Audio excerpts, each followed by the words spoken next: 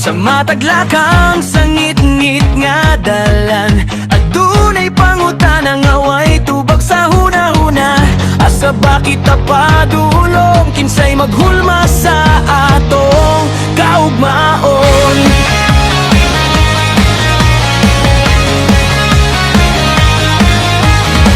Sa kalsadang gubad, amgo na guba, mga bata nagmata sa kalisod, matagbuntag o gabi.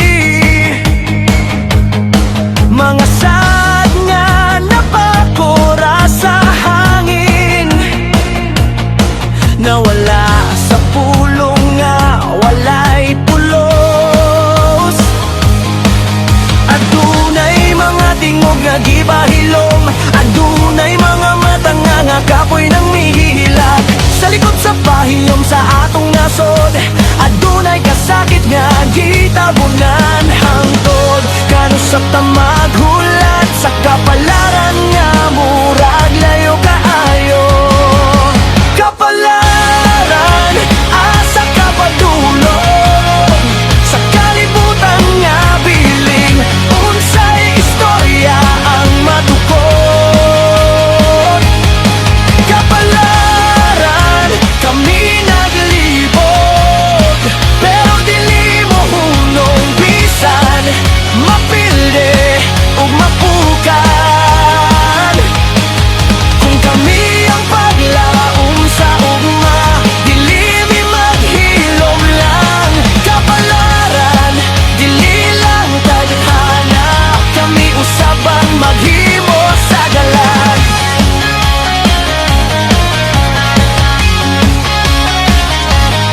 Sa matag boto, bugat ang dala,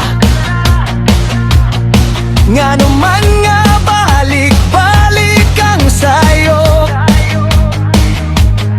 Mga lider nga bungol sa kamatuoran, samtang ang katawhan naglisod gihapon.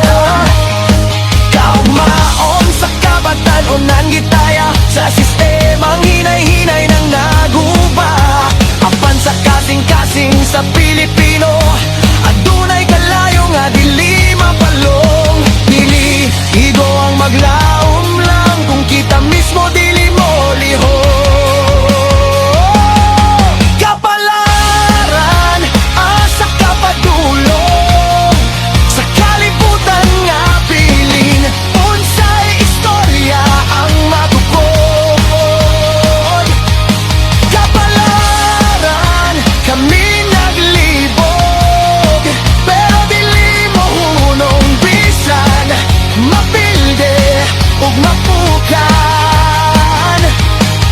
Kung kami ang paglaom sa ugma, dili mi maghilom lang. Kapalaran, kini lang tadhana, kami usab ang maghimo sa dalan. Kung ang kangit-ngit walay katapusan, kita ang mahimong kahayag. Kung ang sistema puno sa kasakit, kita ang mahimong tambal.